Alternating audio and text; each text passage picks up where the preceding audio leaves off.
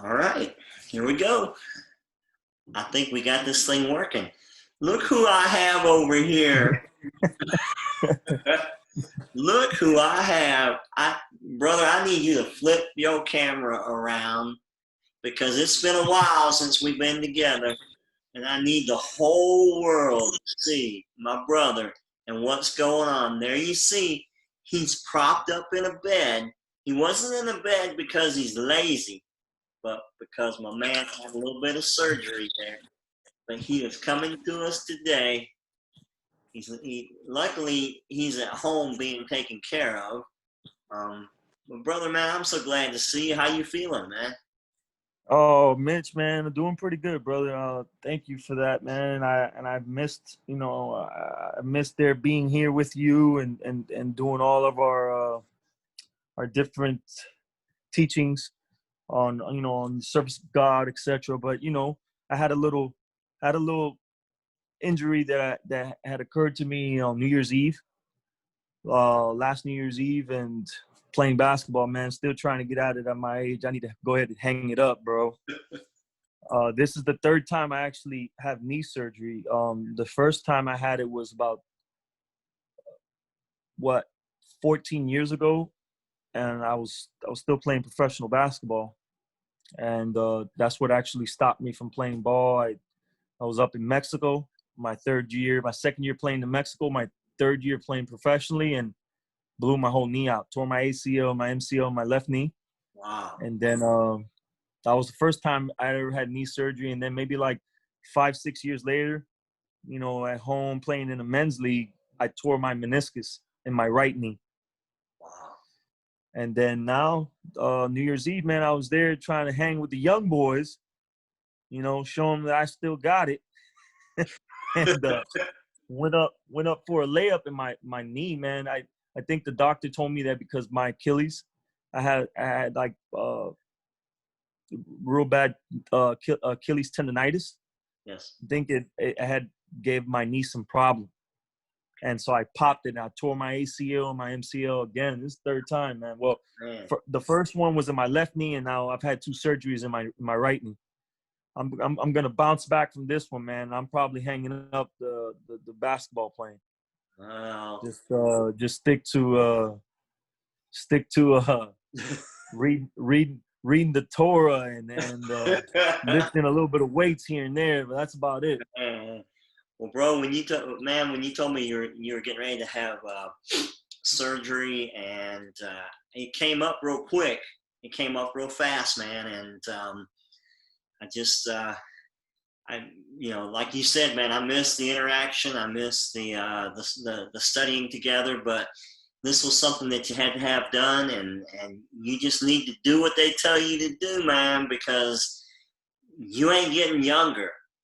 Okay, I mean, your arm, you're doing well. Okay, you're doing well, but you just need to bring it down a notch or two, man. All right, stick with the Torah. Okay. I know. Yeah, man. Man, I love you, brother, and I'm glad you're back. And I'm really looking forward to this little talk today. For those of you that are coming back to join us, missed you guys. We are going to do a session today out of Perke Avot and the Ethics of the Fathers. We've missed that dearly. This is really a cool one that we're going to do. This is chapter 5, Mishnah 19. I'm going to do a little bit of reading out of it. I'll also put a link in the comment section for the book as well. If anybody's interested in getting a copy of it, you may do that as well. This is a real interesting one, Ray, because when this one popped up, as far as us taking a look at it, I think more and more as we continue daily in our lives, though we're several hundred miles away from each other, and we each have our families and so forth. We are very much in tune with what's going on in the world today, and we're in tune with not just culture and politics, but also religion. And all of that plays a huge, huge part in a person's psyche and their well-being. You know, you and I both, we try to get to the gym, you know, as often as we can, take care of ourselves, work out. It's, for me, it's more brain therapy. For Yeah, you, yeah. you know, for you, it allows you to wear a medium shirt and look really good.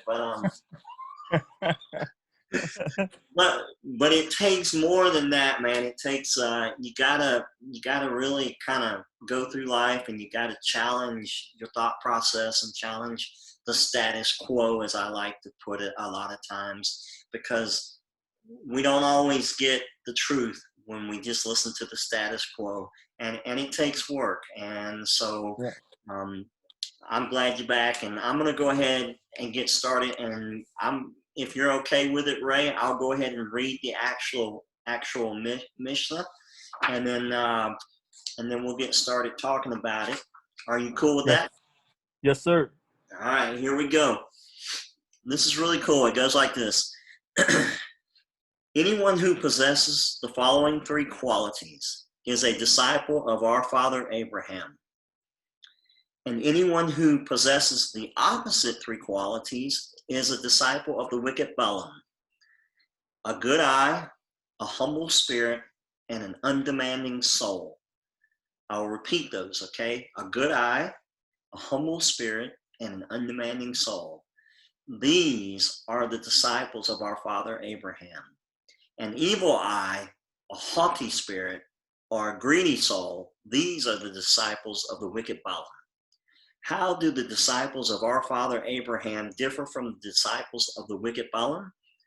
The disciples of our father Abraham partake of this world and inherit the world to come, as it is written, that I may cause those who love me to inherit an everlasting possession, that would be the world to come, and that I may fill their treasures in this world. That's out of Proverbs 8:21. But the disciples of the wicked Balaam inherit Gehenna, bring down into the pit of destruction those men of blood and deceit. Let them not live out half their days. But as for me, I will trust in you. That again is out of Psalm 55:24. It goes, I will trust in you with a good eye, does not covet that which belongs to a friend. A humble spirit is the opposite of the kind of desire and epitomized by the greedy soul of Balaam, who craved wealth, a house full of silver and gold. An undemanding soul is the opposite of the pursuit of honor, which is in an expression of ego and self-aggrandizement. There you go. Thank you. The Mishnah goes on to ask, how do the disciples of our father Abraham differ from the disciples of the wicked Balaam? That is, how is it possible to tell the difference between them and thus choose the right path?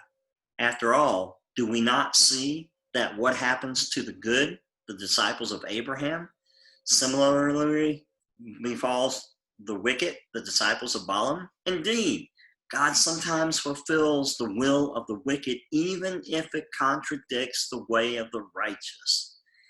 This is the meaning of the verse. You surely see this. You surely see this. You see the evil thoughts and spiteful rage, yet you empower them. That's out of Psalm 10:14. Given this, we might become confused and not know which path to follow. To be sure, it is difficult to sort out the truth, for the desire to win arguments cannot tolerate the truth. Faced with the clear truth, the other side counters with its own pseudo-truth.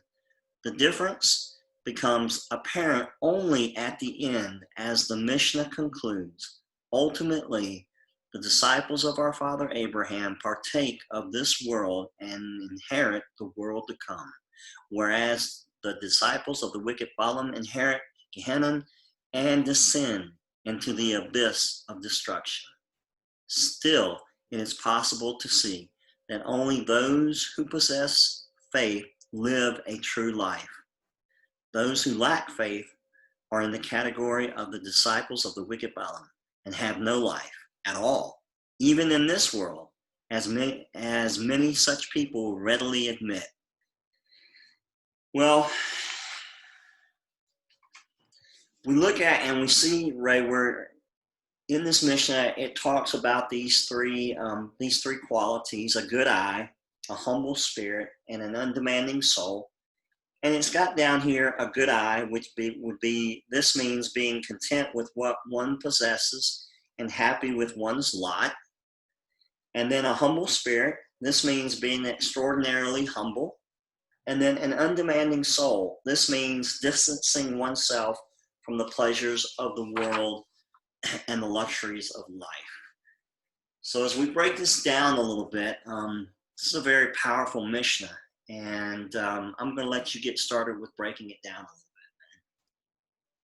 bit. Okay, Mitch. So for our listeners, what we always like to do and try to do is that we share this beautiful wisdom from Pirkei Avos, the sayings of the fathers. We get more acquainted and knowledgeable with the religious context and faith of Jesus and the apostles, who were, I hate to continue always to stress this, but who were Jews within Judaism, right? Right. The more we do this, the more we will begin to understand faith in its proper context. Yes. And understand all the different words and their meanings. And then that'll help us to properly put things into context in our lives and be able to keep out the directives of God and follow Jesus' true teachings. And in that way, become true disciples, right? Yes. So I wanted to touch on those three concepts of what makes one a disciple of Abraham, right? It talks about having a good eye, a humble spirit, and an undemanding soul.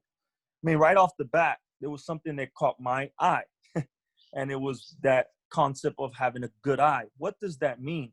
Jesus actually speaks about this in the Gospels. We read in Matthew 6:22 through 23. It says like this. Jesus says, Yeshua he teaches like this. He says, the eye is the lamp of the body. If your eye is good or healthy, if your eye is good, your whole body will be full of light. But if your eyes are not good or unhealthy, your whole body will be full of darkness. If then the light within you is darkness, how great is that darkness? I mean, right here, after reading this Mishnah, having good light means having these three great qualities of Abraham. Yes. And having darkness within you. If darkness is within you, then you have that light of Balaam in you. Yes. Which is those three qualities that separate Balaam, which is what? Having an evil eye, which is a bad eye, right? Having a haughty spirit and a greedy soul. All right? It's taught like this. Over the years, these mysterious words of Yeshua have invited all kinds of speculation. But we can crack Jesus' cryptic sayings by the eye, by hearing it within its Hebraic context and grasping the figures of speech that Yeshua was employing. Yeshua was most likely comparing the idea of having a good eye with having a bad eye, the eye of Balaam, right? And the eye of Abraham. Two idioms that have been a part of the Hebrew language from biblical times until today. Having a good eye, an ayin tovah, is to look out for the needs of others and be generous in giving to the poor. Yes. To have a bad eye, an ayin ra, is to be greedy and self-centered, blind to the needs of those around you. Isn't that what Balaam did himself? Yes. He was blind to the needs of the Jewish people who were I'm back.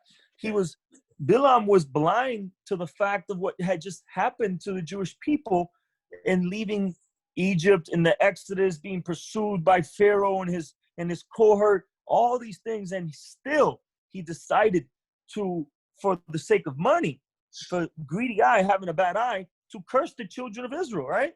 Yes. All right, so I continue. It says, we might be surprised at this, but these same idioms appear elsewhere in the scriptures, where they clearly refer to generosity and stinginess.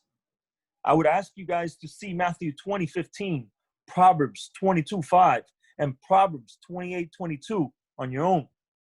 The subject of money is also prominent in surrounding passages in this sermon, on the Sermon of the Mount. Why your eye is critical. Why is a person's eye toward others so critical to Yeshua? Because our relationship with money reveals our relationship with God. Yes. Yes. To have a bad eye is to cling to the little that you have, resenting those with more, and refusing to help those with less. Yes.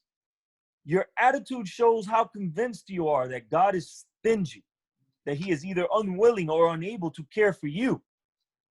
It also reveals how disconnected you are from the struggles of others. No wonder Yeshua says that life becomes dark indeed if you've cut yourself off from both God and those around you. On the other hand, if you're radically convinced of God's caring presence in your life, you're also confident that God will provide for your needs, not just materially, but emotionally and spiritually too. That's in line with the other concepts that we read of having a humble spirit and an undemanding soul. Very good. On the other hand, you may not be wealthy by the world standards, but you have a rock solid understanding that what you have is enough, that ultimately your situation is secure. The fruit is a generous attitude, a good eye towards others. How can your life not brighten when you think this way? Having a good eye or a bad eye also points towards a more fundamental issue. What is your primary motivation in life? Is your driving concern your own comfort in life, or do you look beyond yourself? Even more so, our Christian culture reinforces our self-centeredness as books and sermons increasingly aim to appeal to our felt needs. After steady diet of self-therapy, however, we won't tolerate a sermon that points out sin or pushes us to care about others. All we want is to hear about is, what's in it for me? Yes. Amen. Wow.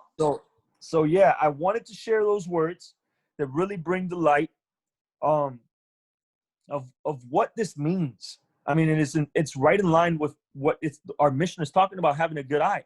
This is exactly what Jesus was talking about, what having a good eye means. Yes. If you have a good eye, right?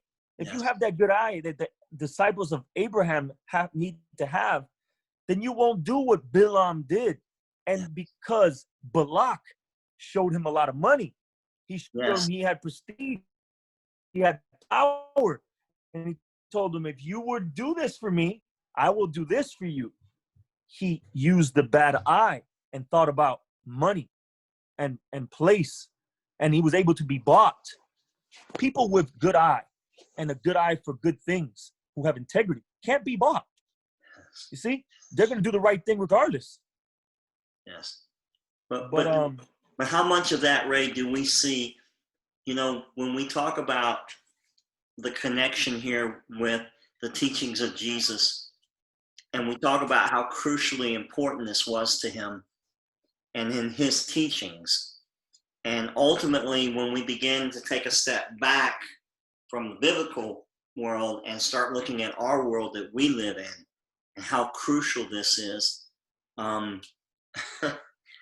it goes back to, when we talk, Ray, about being either a follower or a disciple of Jesus, it's how much are you willing to go? How much are you willing to absorb? How much are you willing to take in and begin to process that? If you go into a church service and they hit 3 points to back up a specific topic, that's one thing, okay? That's that's really kind of you listening. But if you're going to actually follow the master or even attempt to be a disciple of the master, and you hit areas like this where Jesus is so rooted into his historical piece of who he is, and there's just so many versions of this that float around that it can be twisted, taken out of context, moved, or whatever. But you just did such a fantastic job of the connecting of the two, Ray. And I want to just bring that up, the importance of that when we talk, as though when we talk that there's that separation of Christianity and Judaism, and this one took over this one expired, this one is the new, this is the old, this is the new, you don't need this. That is a bunch of crap, man. I mean, because how many times do we go through this, and you can't take Jesus out of his historicity and not understand when he speaks of idiom, or when there are idioms that are brought up like this, where they go to, where are they coming from? And that's why I appreciate you just connecting those dots there, because a lot of times we'll hear things of what Jesus says and something else has been made up about it, and it's taken away from the context by which it was meant. When we talk about things like, the good eye, the humble spirit, and the undemanding soul, these are things that Jesus knew straight to his heart, right? And he understood the importance of these, because like you said, a lot of this was talked about in the Sermon on the Mount. And for the love of me, bro, I don't understand why the Sermon on the Mount is not is not unfolded consistently inside the church. Yeah, that's another sermon for another day, man. And then we hear of a humble spirit, man. And the note here in the book says, Ray, this means being extraordinarily humble. I want you to touch on many people think that being humble is like self-mortification type, walking around with your head bent low and saying no to even the Coke, because it's self-mortification type of an understanding. But that's not what being humble is. Okay, it's almost like many people think that being holy is like that you have a halo around your head and a glow. Right. That's not what holy means. Holy means to be separate. Separate unto what? Separate unto God and his service. That's what holy means. Okay? Yes. So being humble also has a specific meaning. And humble, to give you a perfect example of what a humble attitude would mean, is that someone who can be easily corrected. Oh, yeah. You're not so prideful and so egotistical to think that you're always right and you're never wrong. Okay? This is having a humble attitude. A humble attitude is knowing that you could always learn and that you can learn from all men, right? This is the type of this is what a humble attitude looks like. And so, for example, let's say and you have gone through 20, 30 years of life and in a certain type of system or upbringing of what your faith looks like, right? And then you come upon world-shattering and world-changing type of truths. What are you to do with that? Will you bury your head in the sand? And because you have put so much stock into your theology that you have built sand upon sand, you've built this old castle on sand, and now a missile has come and shot at it, and you're afraid to accept the truth and move forward. Remember that truth is not no one's private interpretation. Truth is the signature of God. And if truth is truth, we should have no problem following it. I consistently, almost from year to year, have to say, well, man, last year I believed that, and maybe that's not that right. I mean, might have to tweak it here and there, because I wasn't correctly right on that, and tweak it for the better and move forward. Unless you're God, you don't make mistakes. But since we're not, right? We're trying to refine ourselves, rectify ourselves, and doing consistent, living a life of repentance and turning towards God, right? And having his will. What is his will? The will is in his Torah, and having his will internalized in ourselves, in our minds, in our hearts. And then that will be able to guide and shape our actions on a day-to-day basis. This is having a humble attitude. This is having a humble spirit. Man, I'm about ready to pass the plate around. Come on, man. I believe Brother Ray just had a sermon. But you know what, Ray? You mentioned something about spending so much time studying theology. That's the problem with most. I don't want to bash it, but that's the problem with most Christians is there's not enough theology. They don't test it. They don't study it. They don't go beyond one or two, just Mitch, think about this. Think about this, brother. And you're the perfect example of this. I mean, I have so much respect for you. I mean, it goes without words. I mean, I don't have the right words to express my appreciation and how encouraged I am at people with your type of experience and background. Because, yeah, I have spent a lot of years studying Torah for many hours a day. I mean, consistently, day after day studying it. But there's another thing when you've actually gone to school, right? There's people who have gone to, I was about to say missionary school. They've gone to seminary school and have gotten their degrees, bro. Imagine you go to seminary school, you get your degree, and you're like a pastor or master in theology, whatever. And now someone comes along and tells you everything that you have studied there. That's kind of wrong. I mean, there's a lot of things that are wrong there. Imagine how much pride you have to have. You went through all this schooling, and now there's still things that you have to be tweaked. And you went to seminary school. Yes. I mean, yes. And that's going to be difficult for someone to swallow that. Well, first of all, I appreciate your words, bro. And I've always been one that just, to try to seek the truth or ask the questions why. But you know what has been heartbreaking for me is to watch people come along through these last 25 years that have caught a little bit of the light and caught a little bit of the understanding within the Christian world, but then they were called heretics.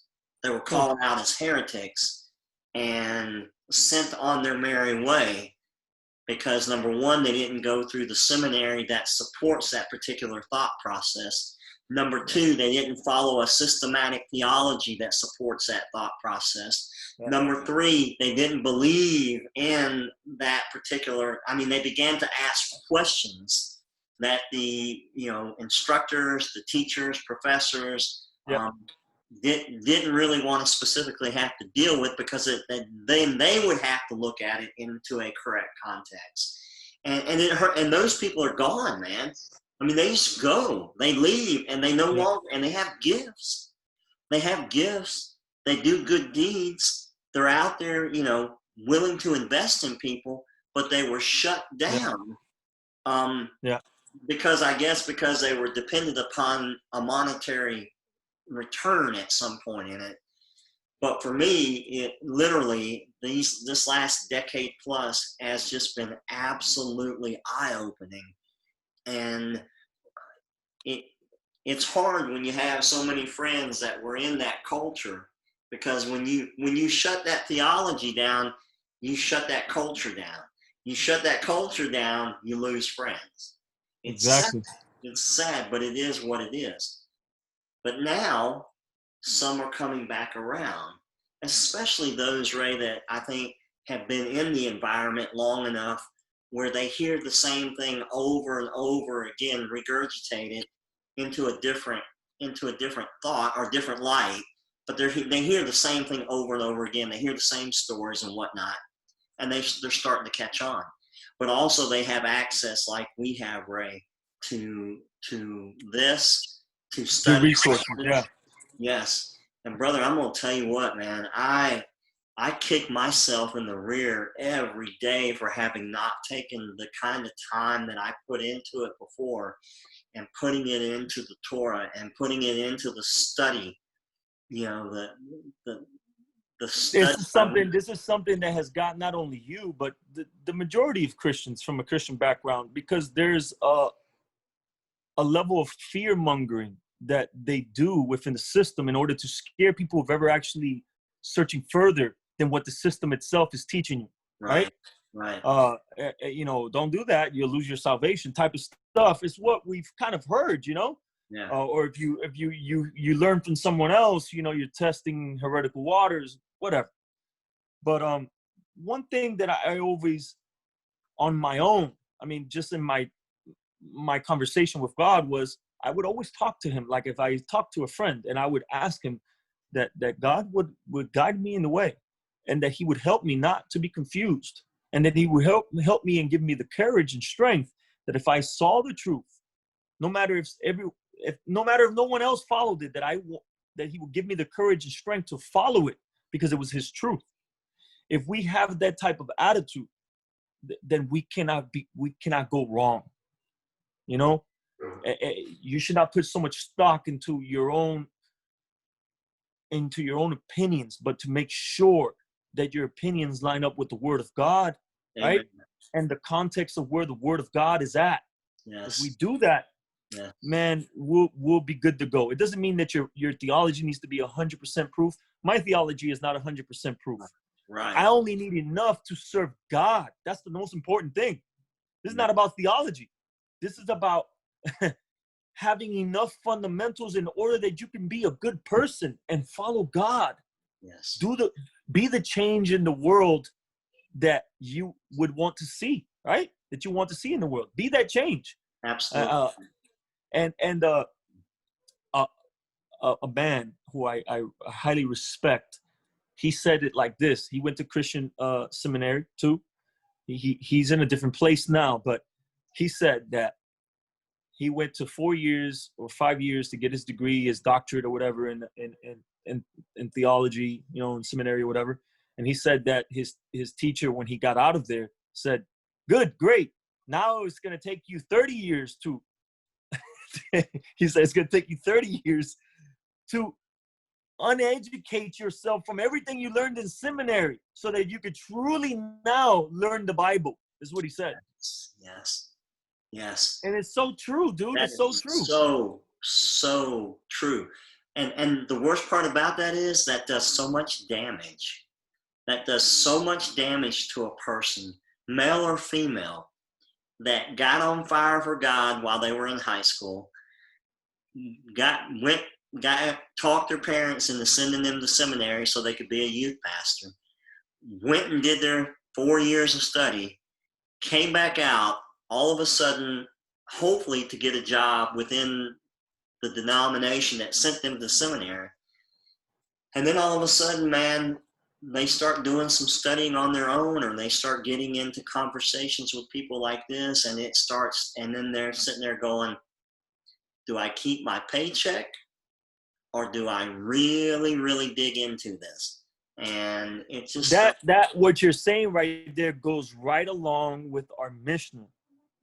You see, if you do not have a good eye, if you do not have a humble spirit, and if you do not have an undemanding soul, the moment that bubble of you going to seminary for 5-6 years, graduating from there, working in the church and all that, and they pop this balloon, and you begin to understand that a lot of the things that you were taught were not necessarily grounded on historical truth and the historicity of it all, and now they pop this bubble. Yes. People can be deflated if they do not have the good eye, if they do not have the humble spirit or an undemanding soul.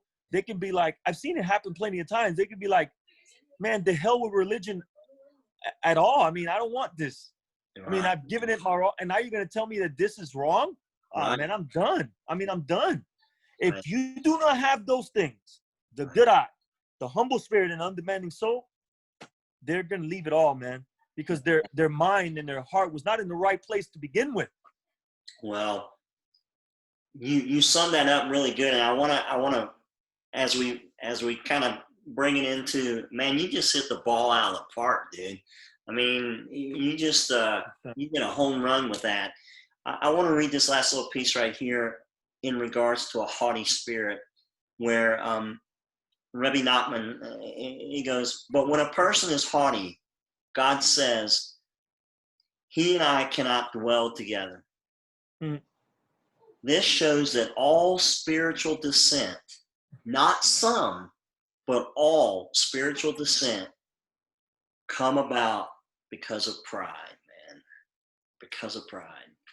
And that pride can get in the way a lot of times of your theology, of your good deeds, of your relationships, of the things that we need to put together to build a system to make change in this world, man, that needs it more than ever, Ray. And I think that just, and Jesus knew that. Jesus knew that moving forward when he taught. And I think that, I think it's a powerful message, a very powerful message. He says here in this mission, it says that those who have those good characteristic traits, right? The good eye, the humble spirit, and the undemanding soul, it says that they're the ones who, they partake of this world, right? Yes. But ultimately, they inherit the world to come, right? Yes. That's what it says in our Mishnah. Yes. Jesus taught in the Sermon on the Mount, he said, blessed are the humble in spirit, for theirs shall be the kingdom to come. The kingdom, which is the Messianic era in the world to come. Yes. That's what he taught. That's exactly what he taught. So it's a direct parallel, a direct connection. It is between our Mishnah. No. Yeah, you can't separate it. No. They have separated it, but you can't separate it logistically, and be honest with yourself and be truthful with yourself. And that's a very powerful piece to have to throw out there, man. And I think as I close out my thought, the humility part. I always joke around, Ray. I spent thousands of dollars on books when I was in ministry, my brother. I had a bookshelf about the size of this room back here, full, and I'm not sure I may have one or two of those books left, but it does look a whole lot different now, brother. Let's just say my bookshelves are more kosher now than they were. They were back in the day, man. But yeah, man, that's a great discussion, man. You want to close it out? Oh man, I mean, honestly, I'm just really happy that we're back, rolling, Mitch, you and I, and you know, we give our listeners something to think about, something that they, you know, we always send people, not, you know, don't take our word for it.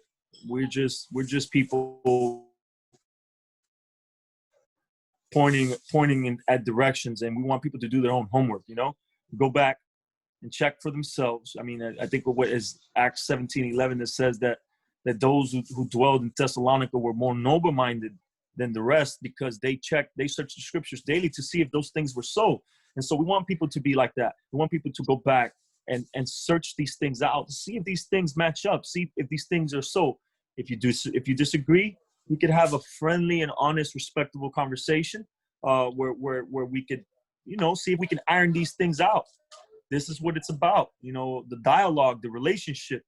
And you cannot have a dialogue and relationship if you do not interact. And so that's what we want to do. We want to share these beautiful resources and give people the historical setting and context religiously and culturally of where Jesus is coming from. The moment you have that, all the pieces of the puzzles begin to come together. And Ray, I can sit here. I know you and we can sit here all day long and we can tear this thing apart. But until people begin to really absorb it and to experience what you and I have, the freedom the freedom of coming out of a very systematically boxed in belief system and seeing the true God, the creator of the universe, hear the teachings of Jesus and know where they came from, know where where he's coming from when he does what he does. Man, it shakes you back. It just shakes your bones up, man. So Amen. good job today, man. I'm so glad I got the chance to hang out with you. I miss you, bro. Just keep getting stronger and doing what the doctors tell you, man. And for the rest of you out there, we're gonna hopefully continue this series and get back into it. And be looking for another session of Matthew as we continue in Matthew. Yeah. And I guess we'll just catch up with you guys soon enough. All right. All right, guys. Blessings. Peace. Yes, sir. We'll see you, Ray. Bye. Yep.